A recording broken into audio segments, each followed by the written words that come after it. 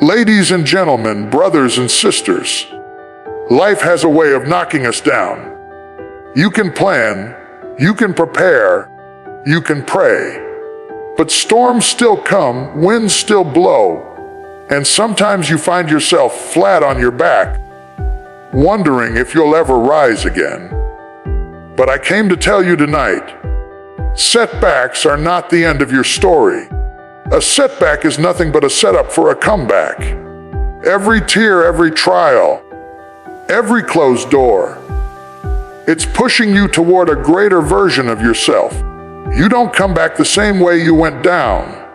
You come back stronger, wiser, and higher. So lean in, open your heart, because we're about to talk about the power of a comeback, rising higher after every setback. A setback is preparation, not conclusion. Too often when life knocks us down, we assume it's the end of the story. We interpret failure as final, as though one closed door has the power to cancel everything we were created to be. But the truth is, a setback is not a period at the end of your sentence. It's a comma in the middle of your paragraph. It doesn't stop the narrative of your life. It redirects it, reshapes it, and refines it. A setback is not a tombstone, but a training ground, a place where strength is forged, character is tested, and vision is clarified. What looks like an ending is often the birthplace of something greater. Think about how seeds operate. A seed must be buried in the dirt, pushed beneath the surface, and hidden in darkness before it can sprout. To the outside eye, that burying looks like the end. It looks like death, like the seed has been covered and forgotten. But in reality, it's preparation. Inside that dark, pressured place, life is forming, roots are taking hold, and something is being prepared to break through the soil stronger than before. Setbacks work the same way. What looks like burying is often planting. What looks like defeat is often the hidden stage of development. When you face a setback, it is not life discarding you, it is life preparing you. Preparation requires pressure. We don't grow in comfort zones. We grow in seasons where we are stretched, challenged, and even broken. Think about a diamond.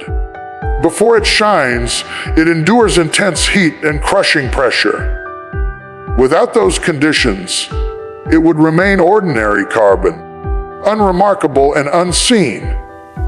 In the same way, setbacks introduce the heat and the weight that push us toward transformation.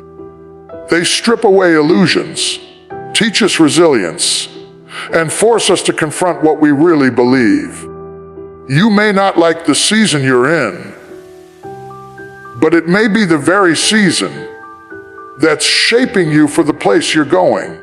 A setback is never wasted when you understand it as preparation. What's critical is perspective. If you see a setback as conclusion, you'll stop trying, you'll quit, you'll lay down your dream and bury your potential.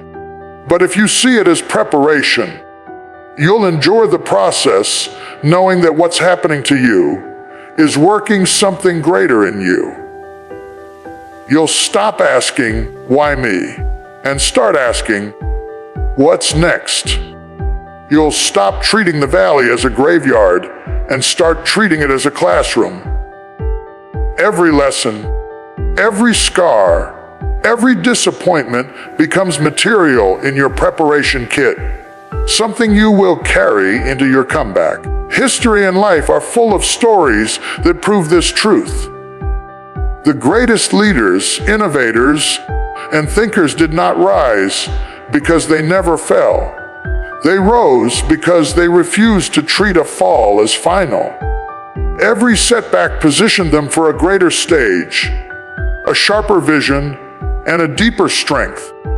They understood that the struggle was shaping them into someone capable, of carrying the weight of their destiny. What was meant to hold them down became the very force that pushed them forward.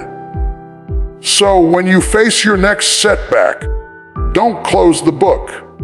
Don't assume the story is over. Look at it as training, as rehearsal, as foundation for what's about to come. Because if you can see it as preparation, you'll handle the pain differently, you'll endure the pressure differently, and you'll rise out of it differently. Remember this, a setback is not conclusion. It's the preparation ground for your comeback. Pain births strength you didn't know you had. There are moments in life when pain shows up uninvited, and it shakes you to your core. It might come in the form of loss, betrayal, failure, or disappointment. At first, it feels unbearable, like the weight is too much to carry. You ask yourself why, you question whether you'll ever recover, and you wonder if the hurt will ever fade. But time and truth reveal something powerful. Pain is not wasted. Pain, when endured and embraced, produces a strength that no classroom, no book, no easy season could ever teach you. We like the idea of strength without the process of pain. We want to be resilient without going through resistance. We want endurance without pressure, and we want courage without fear. But it doesn't work that way. Muscles only grow when they are torn and stretched. Endurance only builds when you run beyond your comfort zone. Strength is forged in the fire of adversity. The same is true for your soul. The pain you go through stretches you, tears at you, and pushes you past what you thought you could handle. But when you come out of it, you discover you've grown. What once would have broken you now only bends you. What once would have terrified you now only tests you. There are parts of yourself you'll never meet until pain introduces you. You won't know the depth of your patience until life makes you wait. You won't know the depth of your faith until life strips away your certainty. You won't know how strong your spirit is until you've walked through seasons where giving up looked easier than pressing on. Pain uncovers strength that lies dormant inside you, waiting for the right pressure to awaken it. It's also important to understand that pain doesn't just build strength for you, but for others. The lessons you learn in your valley become encouragement for someone else's struggle. The scars you carry are proof that wounds can heal. The tears you've cried become water for someone else's dry soul. Strength born out of pain doesn't stay locked inside of you. It overflows to those around you. You become an example, a testimony, a reminder that strength is not the absence of struggle, but the product of it. So the next time you face pain, resist the urge to see it only as punishment or cruelty. See it as the tool shaping you, chiseling you, and revealing a version of yourself that comfort could never produce. Pain isn't enjoyable, but it is purposeful. It takes you beyond the surface, past the illusion of ease, and introduces you to the deeper reservoirs of your strength. And when you rise out of it, you'll look back and realize that the very thing you thought would break you was the thing that built you. Pain births strength you didn't even know you had, and that strength will carry you to your comeback. Comebacks require vision beyond the valley. When you are in the middle of a setback, everything around you screams that it's over. The valley feels low, dark, and endless, and if you only look at what's right in front of you, you'll start to believe the lie that this is all there is. The valley will convince you to settle, to quit, or to accept defeat as your destiny. But a comeback cannot be birthed by sight alone. It demands vision. Vision is the ability to see beyond the pain, the present into the promise of what's ahead. Vision is what allows you to walk through the valley without pitching a tent in it. The difference between people who rise and people who remain stuck is often vision. Two people can face the same storm, lose the same opportunities, or carry the same wounds, but one sees only loss while the other sees possibility. Vision doesn't deny reality. It looks at reality and still declares that something greater is possible. Without vision, setbacks look permanent. With vision, setbacks look temporary. Vision allows you to interpret failure as feedback, obstacles as opportunities, and delays as detours. It shifts the way you respond because it shifts the way you see. Think about an architect. Before the building ever rises, the architect has already drawn the blueprint. The foundation is dug with the end result in mind. When workers are pouring cement or stacking bricks, they're not doing it blindly. They're working toward a vision that's already been declared on paper. That's what vision does in a comeback. It gives you a mental blueprint of where you're headed so that even in the messy middle, you can keep moving with purpose. The valley becomes part of the process, not the end of the journey.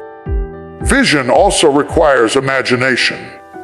If all you can see is what has already happened, you'll never move into what could be. Imagination allows you to believe in what your eyes cannot yet confirm. Every invention, every breakthrough, every comeback story began with someone who dared to see more than their current reality. Vision stretches your faith, challenges your comfort, and gives you a reason to keep pressing forward. It whispers to you in the darkness that there is still light on the horizon. But vision alone isn't enough.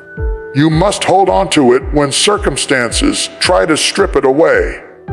In a valley season, discouragement will try to cloud your sight. Fear will try to shrink your imagination, and negativity will try to drown out your hope. That's when you must choose to fix your focus. If you stare too long at the valley, you'll lose sight of the mountaintop. But if you fix your vision on what's ahead, the valley becomes bearable because you know it's not final. You begin to walk differently, talk differently, and even think differently because your vision is pulling you forward. Comebacks are never born from people who accept the valley as home.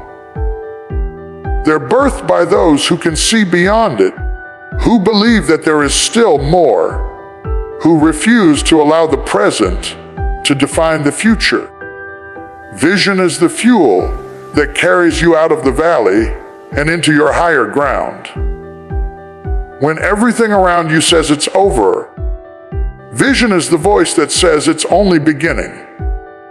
So, when you're knocked down, when you're walking through your lowest place, remember this: your comeback is waiting, but you'll only reach it if you can see beyond the valley. Your response determines your rise. Life will always present moments you didn't ask for.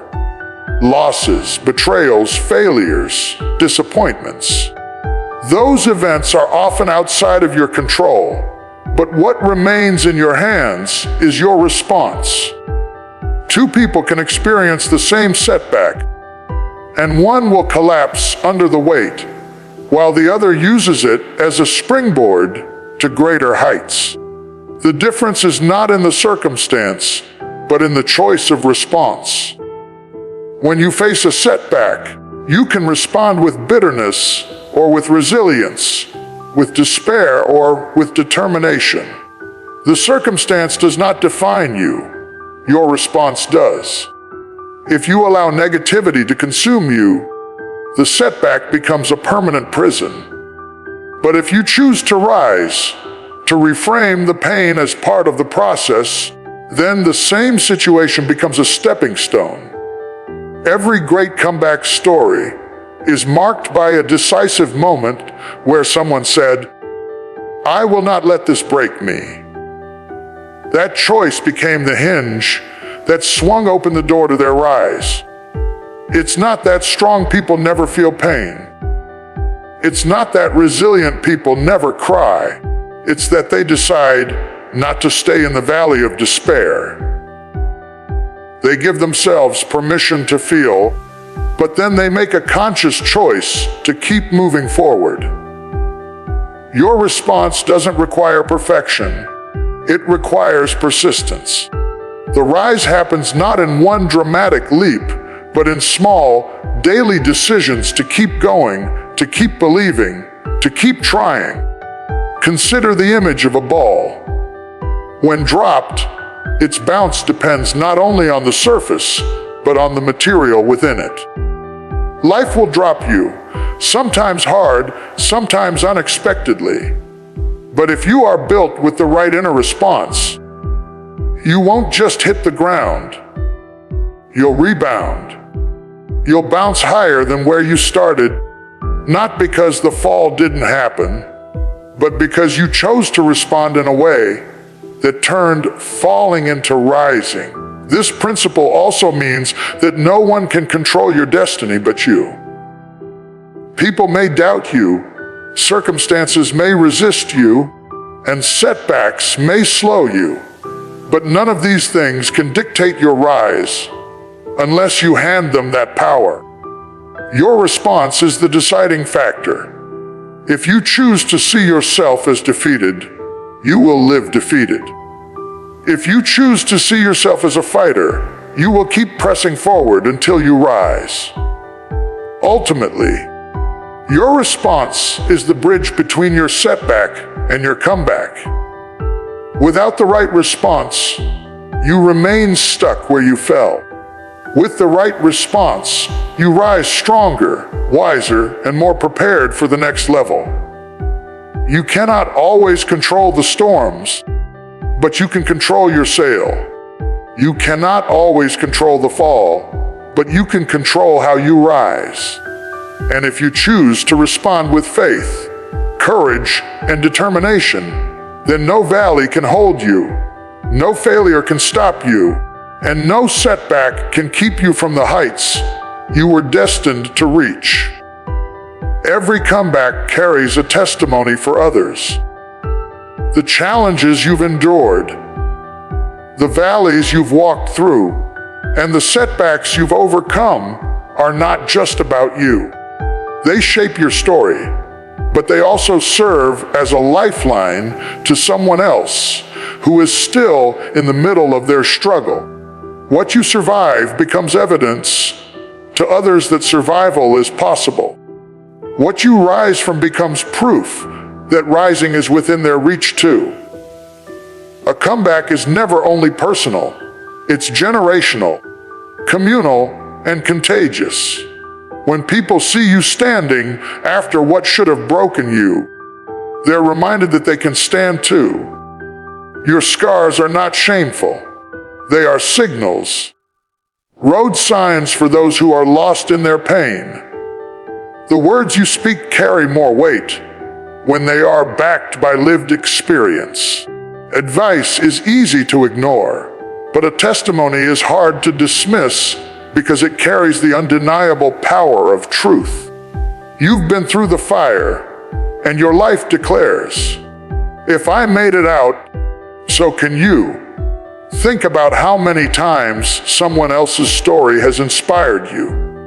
A friend who bounced back from loss, a public figure who rebuilt after failure, a family member who found strength in their darkest hour. Their comeback stirred something in you because testimony always has the power to awaken hope. That's why your comeback is not meant to stay hidden. Someone needs to hear about the nights you cried, but kept going. Someone needs to see how you rebuilt after everything fell apart. Someone needs to witness that what looks like the end is often just the beginning. Your testimony also gives purpose to your pain. Without sharing it, the struggle may feel wasted. But when your comeback becomes a story for others, it transforms. Your darkest moments become light for someone else's path. Your weakest hour becomes encouragement for their strength. What once felt like a private burden becomes a public blessing. The very thing that nearly destroyed you becomes the thing that helps build someone else. It's also important to recognize that your testimony doesn't require perfection. You don't have to come back flawless to inspire others. In fact, the cracks in your story, the imperfections and the scars, are what make your testimony authentic. People don't connect with perfection, they connect with realness. Your honesty about the struggle makes your comeback believable and relatable. Every time you share your story, you multiply its impact. It's no longer just your victory. It becomes a shared victory. It tells people they are not alone, that setbacks are not final, and that comebacks are possible. And the more your testimony spreads, the more it creates a ripple effect, empowering others to rise higher after their setbacks. So, never underestimate the power of your story. Don't hide the journey. Don't downplay the struggle. And don't silence the victory. Because your comeback is bigger than you. It's the testimony someone else needs to believe that theirs is possible too. And now, as we stand together at the edge of this moment, I want you to hear me clearly. Your story is not finished. Every setback, every failure, every moment that knocked you down, it was never the end. It was the preparation. It was shaping you, stretching you, revealing the strength you didn't know you had. And now you are ready. Ready to rise. Ready to push beyond the valley. Ready to show the world that your response matters, that your vision can see beyond the pain, and that your comeback is not just for you, it's for everyone who will be encouraged by your triumph. So rise with courage, rise with faith, rise with the knowledge that every tear, every struggle, every defeat was just setting the stage for your victory. Don't hide your story. Don't minimize your journey. Let it roar. Let it shine. Let it testify that no matter how many times life knocked you down, you came back stronger, higher, better. And let me tell you something. Your best days are not behind you. They are waiting just ahead. Step forward, stand tall, and embrace the power of your comeback. Because you, my friend, were never meant to stay down. You were meant to rise. And when you do, you will inspire, uplift, and show the world the unstoppable power of a life that refuses to be defeated. Rise, because your comeback is here, and it is magnificent.